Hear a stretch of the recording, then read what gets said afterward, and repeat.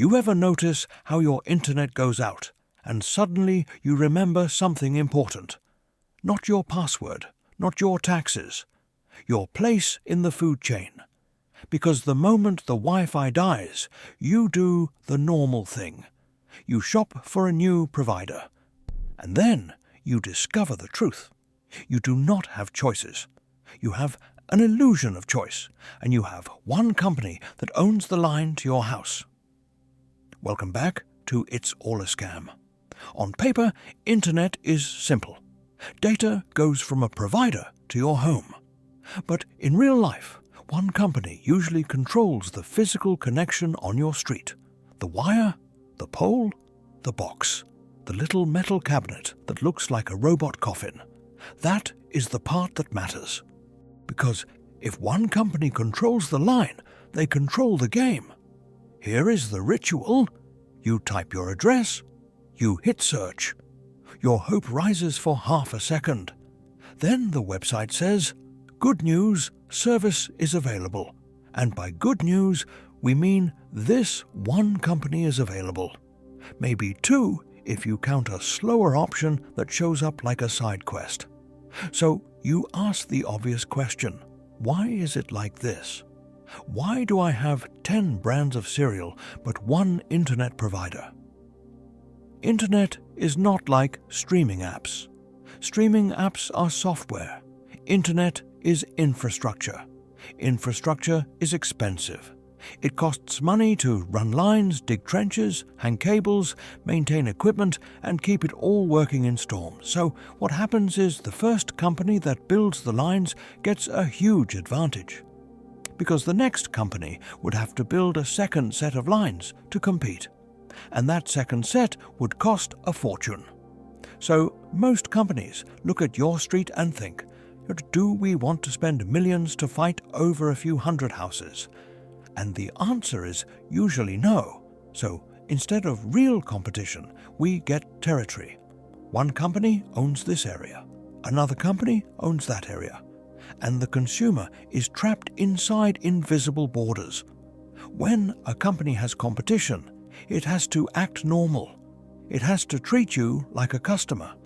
When it does not have competition, it treats you like a tax.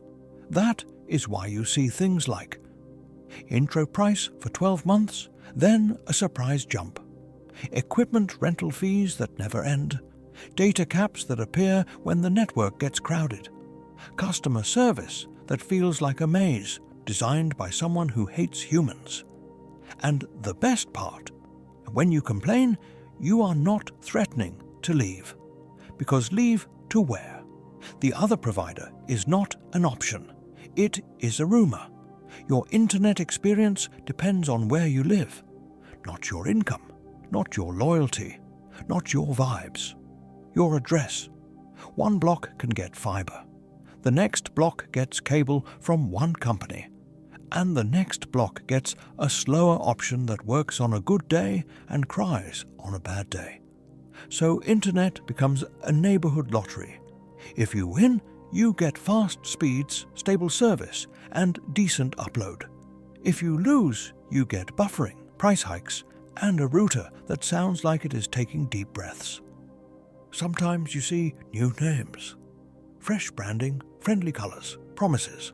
But a lot of them are not building new lines. They are reselling service on the same networks. So you might switch the name on your bill.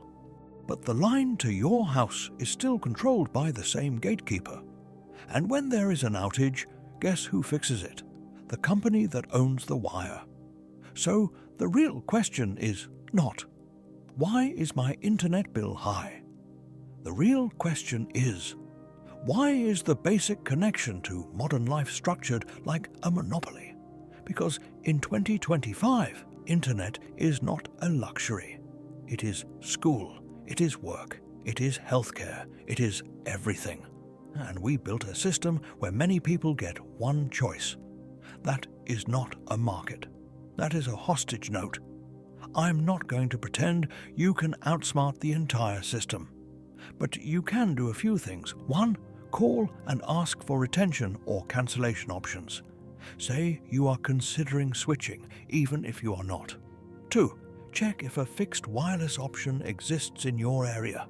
It can be solid for some people, depending on location. 3. Buy your own router if your provider charges monthly rental fees and if your setup allows it. 4. Track outages and document issues. Sometimes credits are possible if you push. 5. If your city has local broadband or fiber projects, support them. That is where real competition comes from. If you ever wondered why you have no internet choices, now you know. It is not because you did not search hard enough. It is because the game is built around the wire. And the wire is owned.